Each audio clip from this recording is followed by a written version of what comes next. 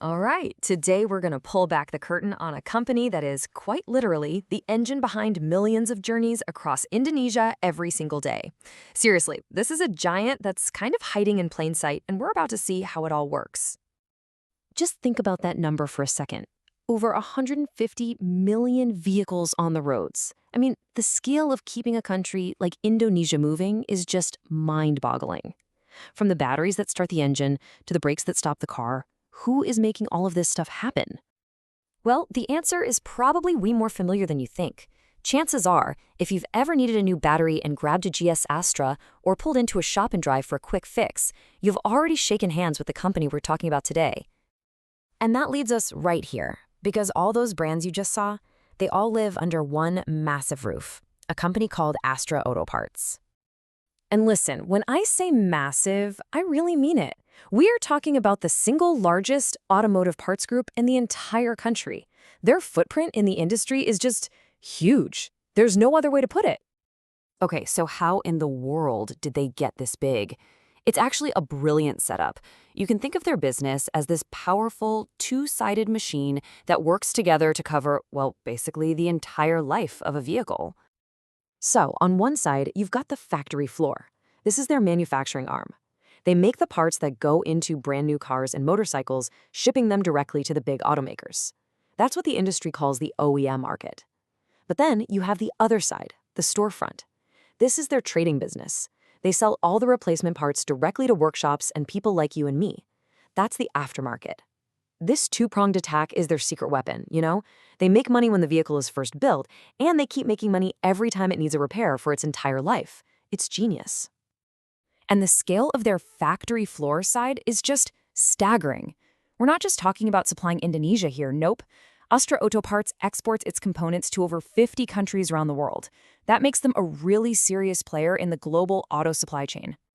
And then on the storefront side, their reach is just as insane. Domestically, their trading network is a beast. It supplies something like 15,000 spare part shops all across the country.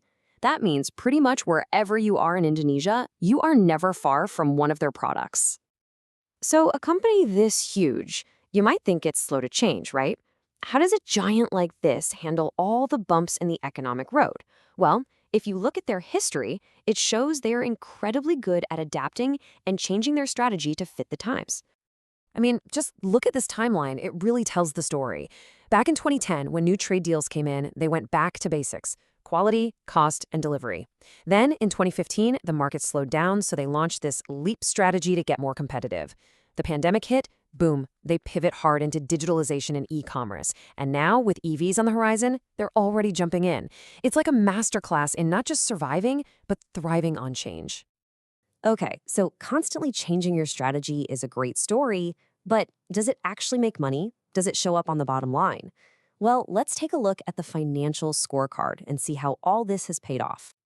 And yeah, the numbers are pretty impressive. Just look at this. Between 2010 and 2022, their gross profit more than doubled, jumping from 1.15 trillion all the way up to 2.7 trillion rupiah. See, this isn't just random luck. This is a direct result of those smart strategic moves we just talked about. You know, it's actually kind of funny. If you go back and look at their 2010 annual report, the title was Reaching a New Height. They thought they were at the peak way back then, but as we can clearly see from the data, they were really just getting warmed up. So what does all this long-term growth mean for investors today? Well, it's created some serious value. The company currently has a dividend yield of over 7%. That's a testament to their consistent profitability and a very real reward for their shareholders. Okay, so that brings us to the big one. The most important question, really. What's next? After completely dominating the age of the combustion engine, how is Astra Otoparts getting ready for a future that looks, well, completely different? Their strategy is crystal clear, and it's bold. They are leaning into the electric transition. And they're not just thinking about making new parts for EVs, no. They're actually building the infrastructure that's going to power this whole next generation of vehicles. So here's their game plan, laid out right here. First, they're rolling out a charging network to power all the new EVs. Second, they're beefing up their digital stores to meet customers online. And third, they're pouring money into R&D to make sure they're not just following the EV revolution, but actually helping to lead it. Which leaves us with this final, crucial question. Astra Otoparts has proven again and again that it can adapt, it can pivot, and it can win. But let's be real, the shift to electric vehicles is the biggest earthquake this industry has ever felt. So, can the giant that powered Indonesia's past reinvent itself to power its future? That is the billion-dollar question.